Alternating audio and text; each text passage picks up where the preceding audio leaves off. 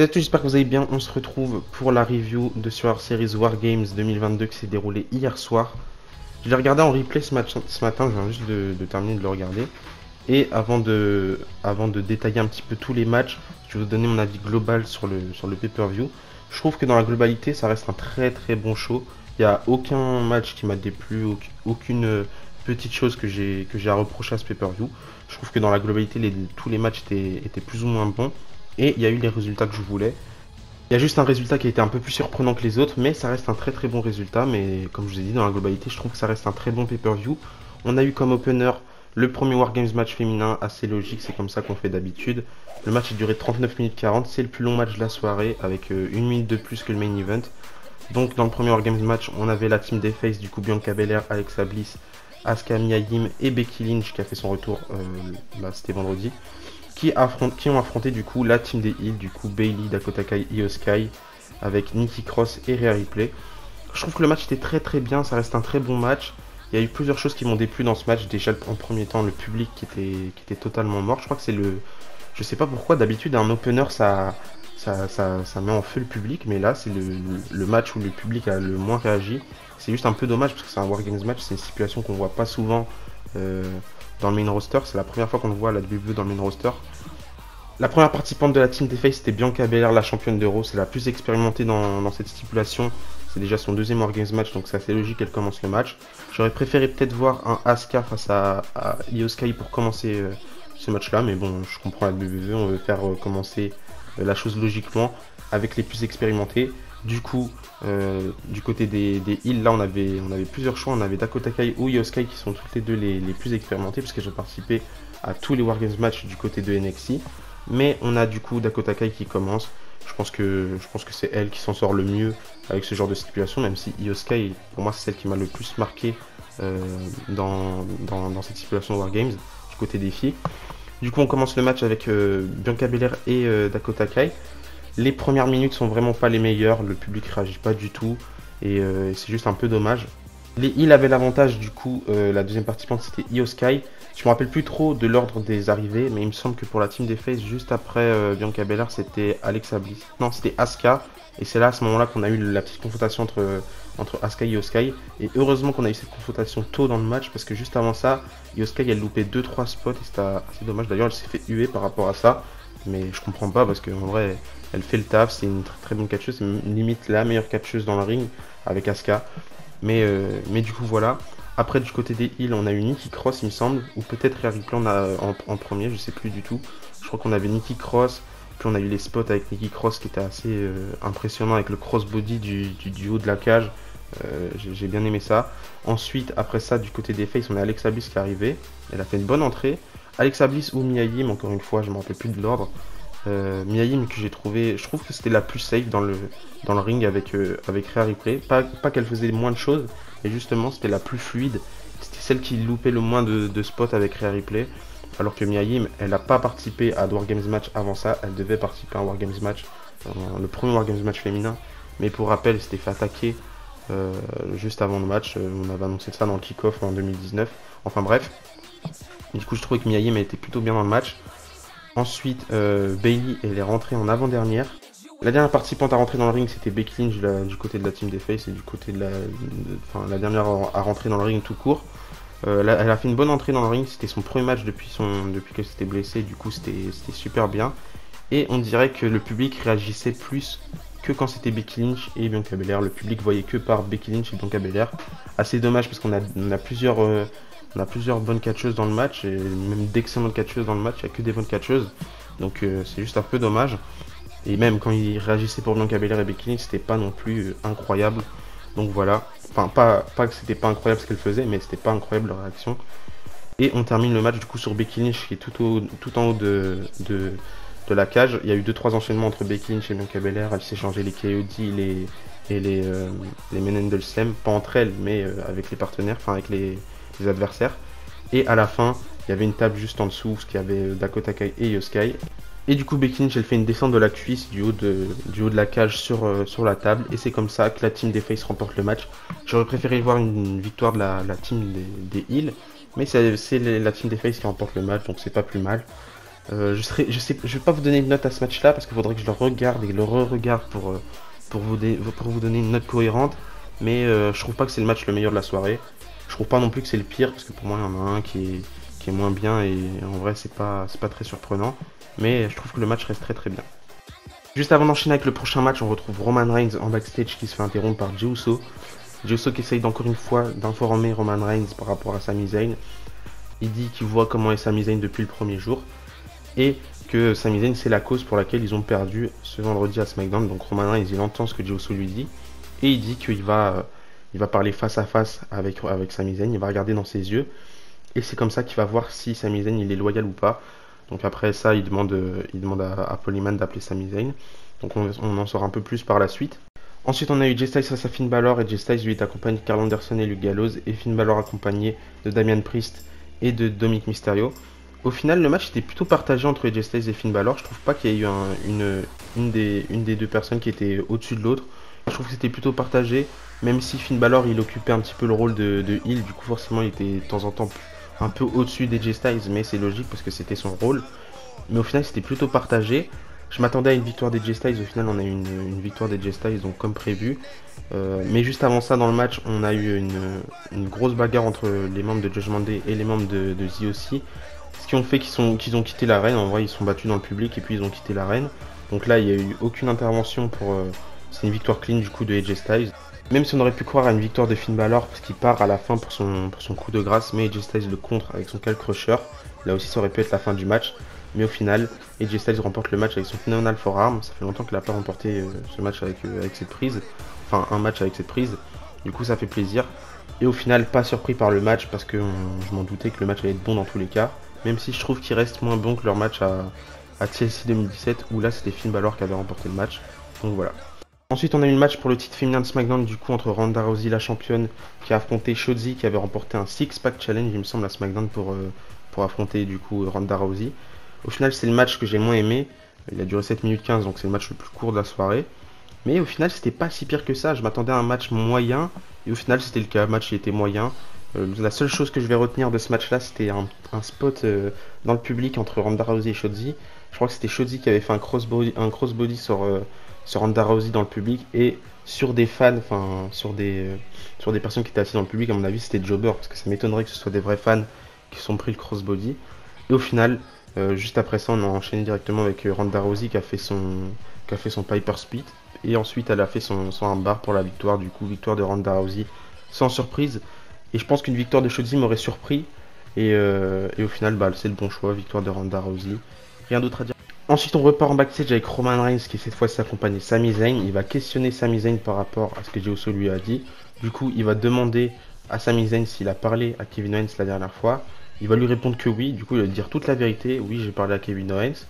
Donc là, Roman Reigns va demander à Sami Zayn pourquoi il a menti à Jey Uso.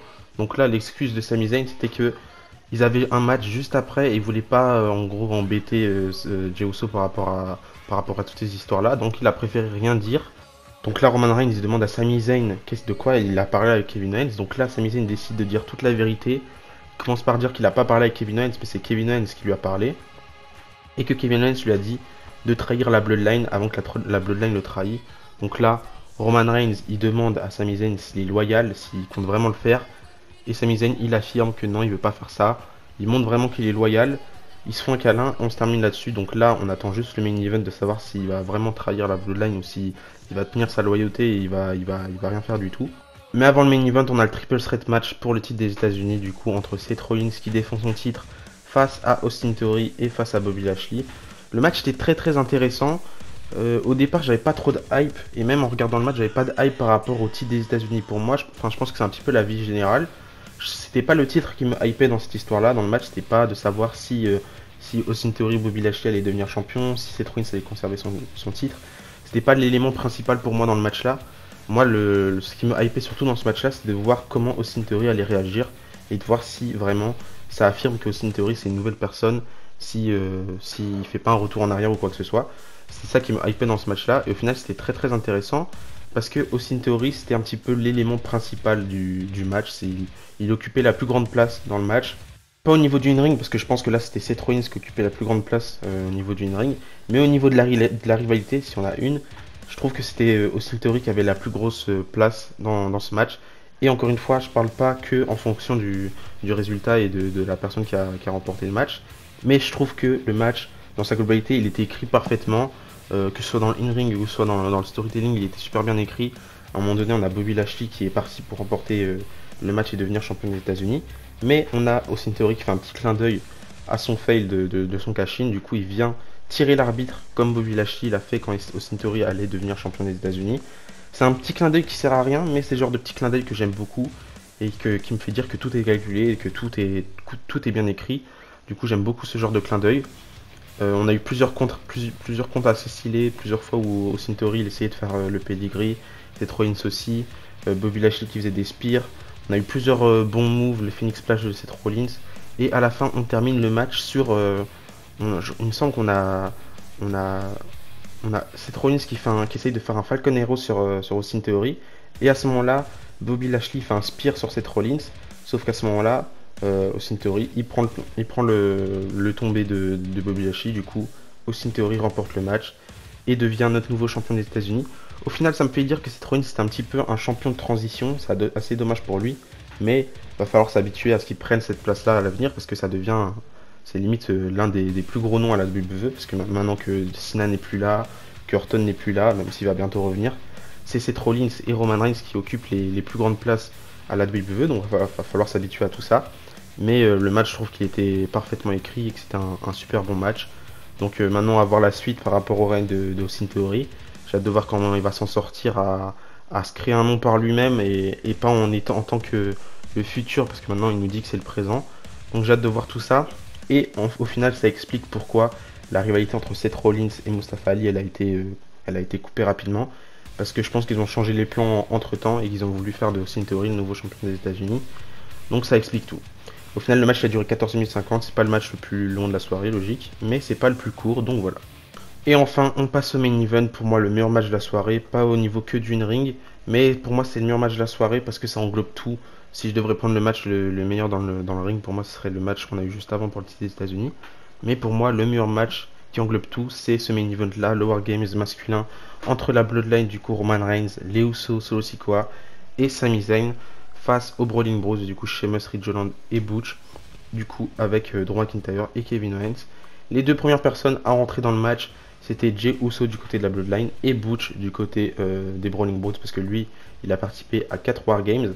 Donc en plus d'avoir l'avantage du match, il a l'avantage de la stipulation parce qu'il a de l'expérience dans ce genre de stipulation. Pareil pour Kevin Owens qui est du coup à son deuxième War Games. Mais malheureusement, je trouve que Kevin Owens, on le voit pas assez dans ce match. Ça se rattrape beaucoup à la fin du match. Mais entre temps, on ne voit pas énormément.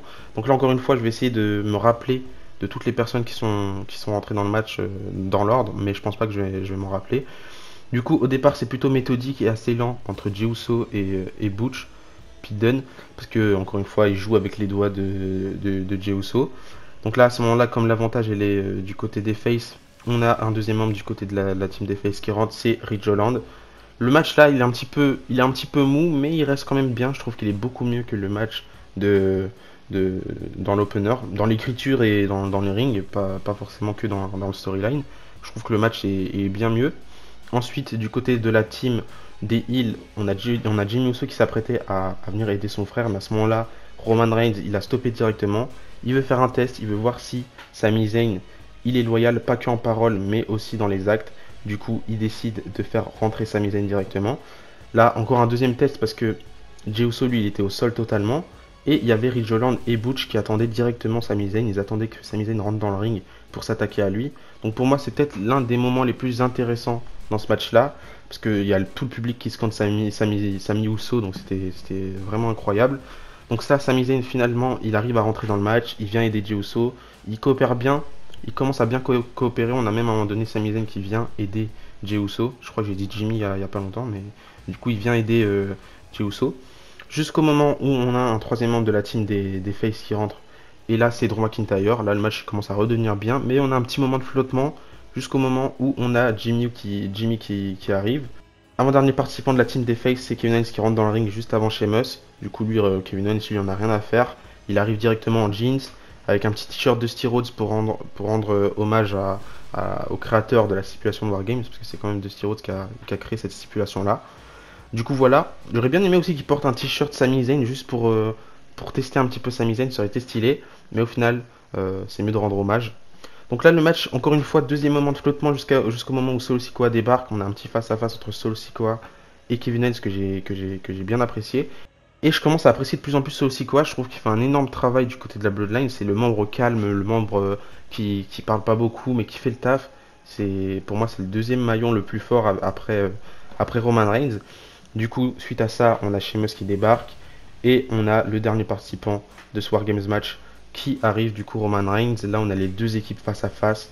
Grosse bagarre, moment très intense et super bien écrit. C'était un gros moment et j'ai adoré. Puis après, on a eu un moment aussi assez stylé où on a tous les membres de la team des Faces qui font le truc de Sheamus là dans les cordes sur tous les membres de la Bloodline. Donc voilà.